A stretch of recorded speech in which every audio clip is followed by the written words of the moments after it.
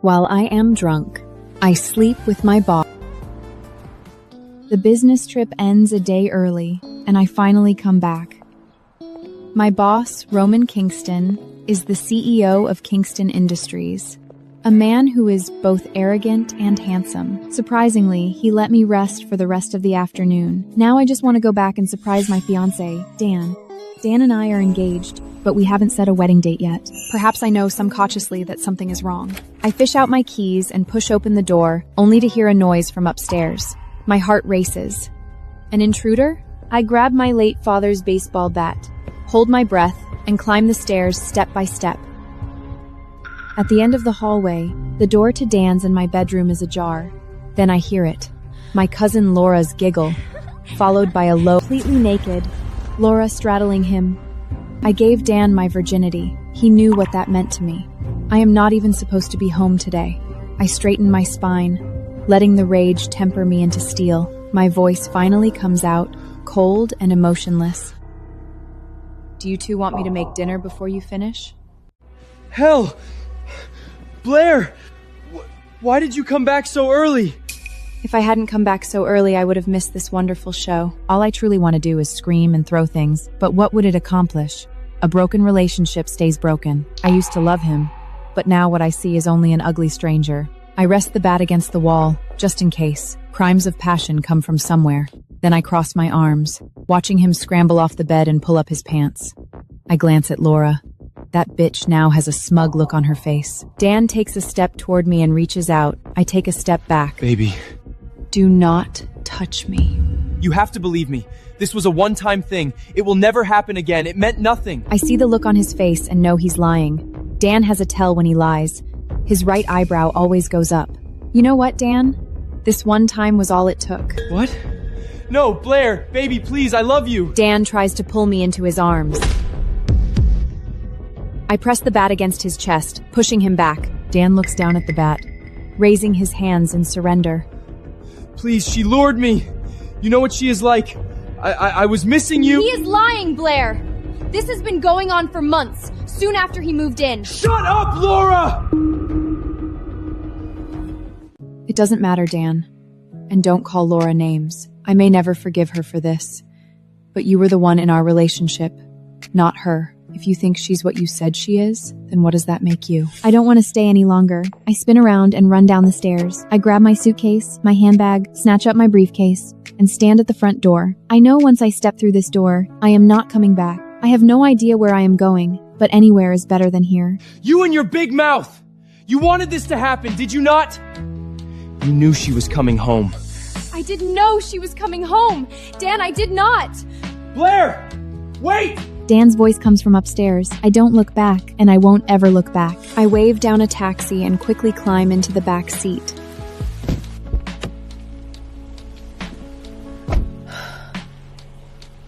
Where to? Home is no longer home. I can't go to my sister's houses, they're at work. Sitting alone at a bar makes me a loser. After a moment's hesitation, I rattle off the address of my office. At least there I can pretend to be working efficiently. There are tissues in the center compartment if you need them. Thank you. The tears slide down my face unchecked.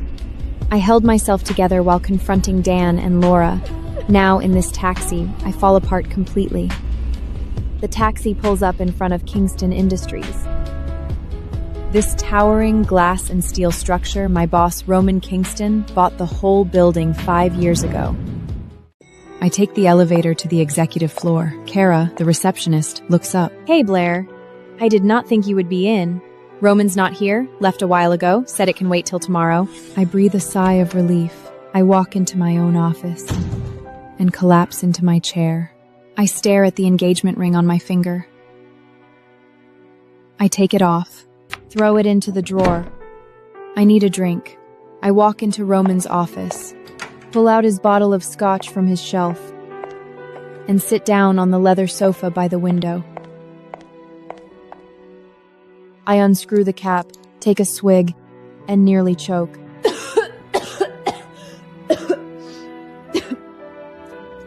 God, this stuff burns. I take another sip, and another. I have no idea how long I've been drinking on that sofa. As I lift the bottle again, I freeze. A tall, blurry figure has appeared right in front of me and taken the bottle from me. Roman? Hi. Blair, what have you done to yourself? As you can see, I am getting shit-faced. Give it back so I can finish the job. I think you have had enough. You know, sometimes you can be an arrogant man.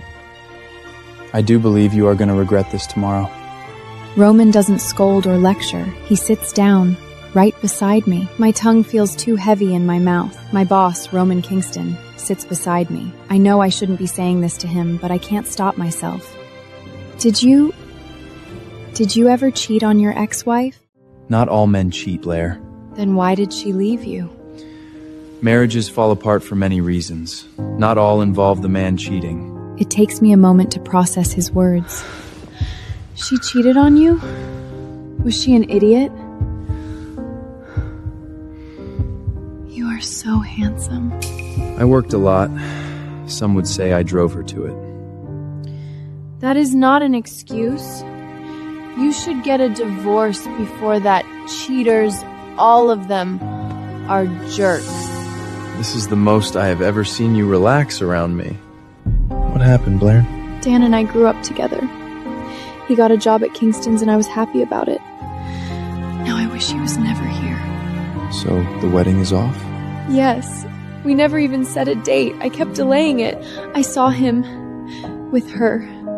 My cousin. Roman's jaw tightens. I stare at him for a long moment, my head spinning. Then suddenly, I reach out and grab his tie. I yank it hard, closing the distance between us. Another kiss, moving closer, leaning into him. Please. I want to feel something that does not hurt. Just one kiss tells me something was always wrong between Dan and me. I don't even love Roman, but one kiss makes me feel more than all the best moments I had with Dan put together. I need to know if I am normal. I need you to show me. Show you what, Blair? Everything. I need to know if I can feel the way I should. You have been drinking. This is not a good idea. It might seem like I took advantage of you. I know what I want, Roman.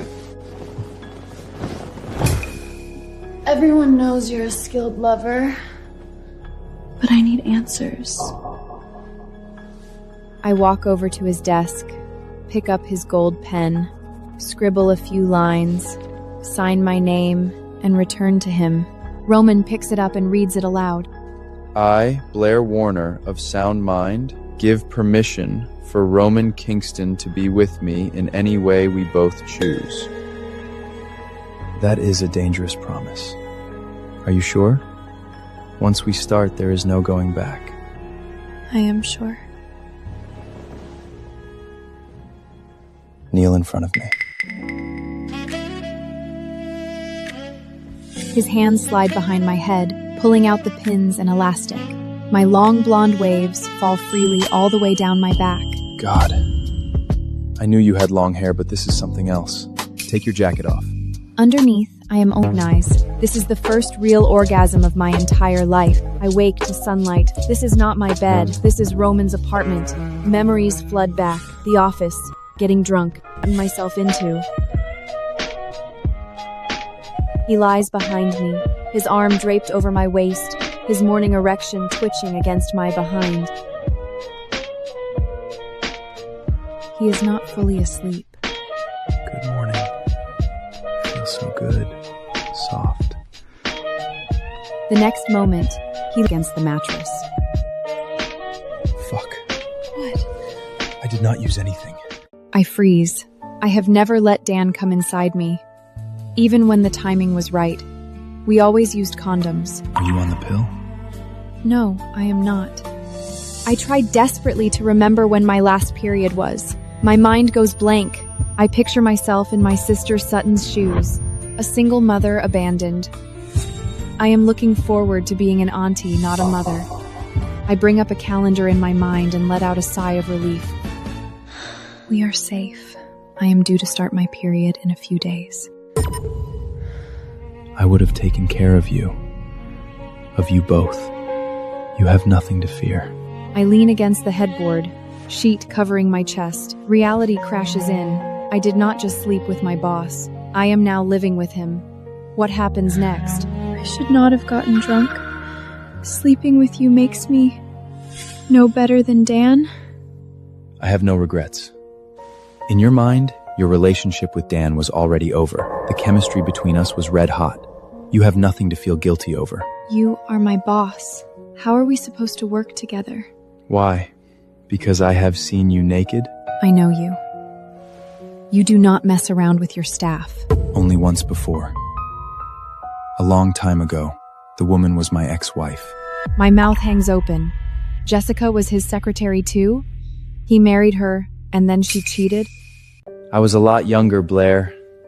I was only 24 when I married. The business which I inherited from my father wasn't anywhere near what it is today. I was cocky and arrogant and thought the world owed me something. I raise an eyebrow at his arrogant and pompous remark. He smirks at me, as if he knows exactly what I'm thinking. Yes, well, I was worse back then. The business was expanding so fast that it started to go to my head. Jessica, she was stunning and full of energy. I never thought she was actually my employee. Did you love her? I'm sorry, I shouldn't have asked you that. It's none of my business. I'm shocked that I even asked that question, and right now I don't really want to know the answer. Roman shrugs. I married her, but she's no longer in my life now. We got divorced. Jessica is living with the man who cheated on me. He doesn't directly answer my question. I don't want to press for an answer. What right do I have? Just because we've had sex once?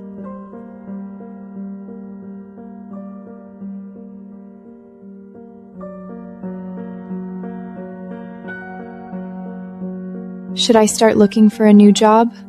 I mean, after what we did last night, I'm a little worried that he might ask me to leave the job I currently love.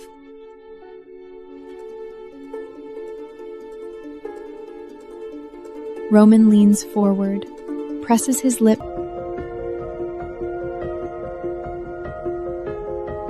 I want you to know, I have no plans to fire you. Not only that, you belong to me now. You're mine to fuck in any way I desire. Remember that. I really thought I couldn't take him one more time, but I quickly find out that isn't the case.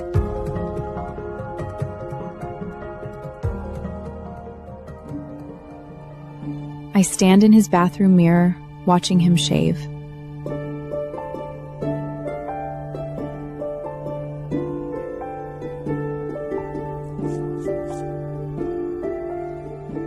Are you okay?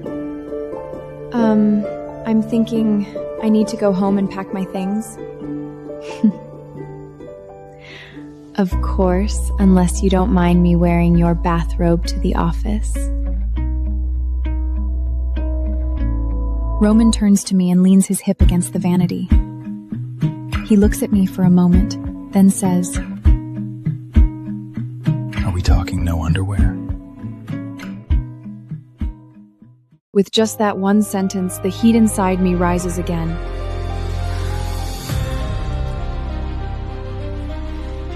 Roman, I'm serious. I'm not wearing yesterday's clothes. I'm serious about not wearing underwear too. Roman turns back to the mirror and starts shaving again. You can't go back alone. I'll have Peters accompany you, and then have all your things sent to my estate. I cannot stay with you. What if people at the office find out? Until you sort something out, come stay at my estate. Nobody at the office needs to know. Roman has never lived with any woman aside from his ex-wife. I am experiencing things with him I never knew existed. Why not enjoy it? As long as my heart does not get involved.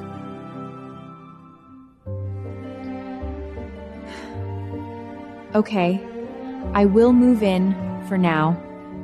But the moment either of us wants to call it quits, I move out. Peters drives me back to my old apartment.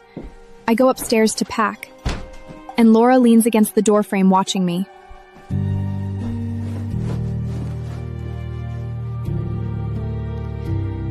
So you're moving out? Thanks for stating the obvious. If you hadn't told me, I never would have noticed what I was doing.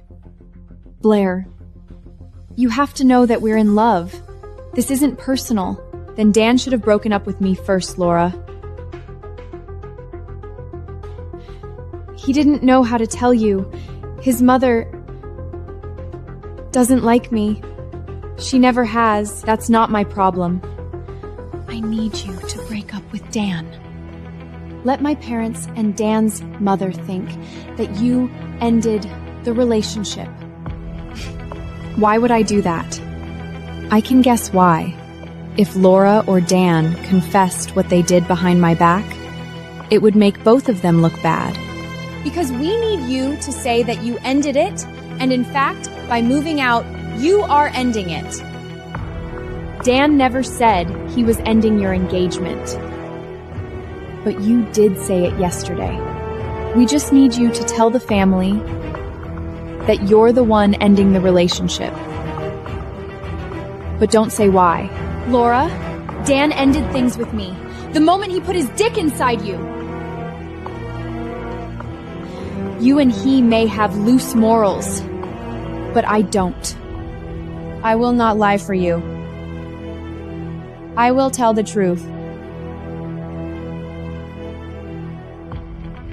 Tell Dan to look for a new job. You fucking bitch! The mood I am in, I would wipe the floor with you. You cannot. I am pregnant. Shock or irony, I start laughing. Stop laughing, Blair. This isn't funny at all. Oh, but this is funny. Let me guess, the baby is Dan's. Or are you planning to pass it off as his? I'm not a slut. The baby is Dan's. Fine, whatever. I really don't care. However, you'll have to explain it to your parents and Dan's mother. But this baby was conceived before the breakup. How are you going to explain that? I don't know. I haven't told Dan I'm pregnant yet. Wow, that's just... I'm speechless. I have no words. I wish you and Dan happiness. Laura, I truly mean that. I had a lucky escape, and I have you to thank for it. But I'm not gonna lie to anyone. I'll tell the truth. You remember how important the truth is to Aunt Vivian, don't you, Laura?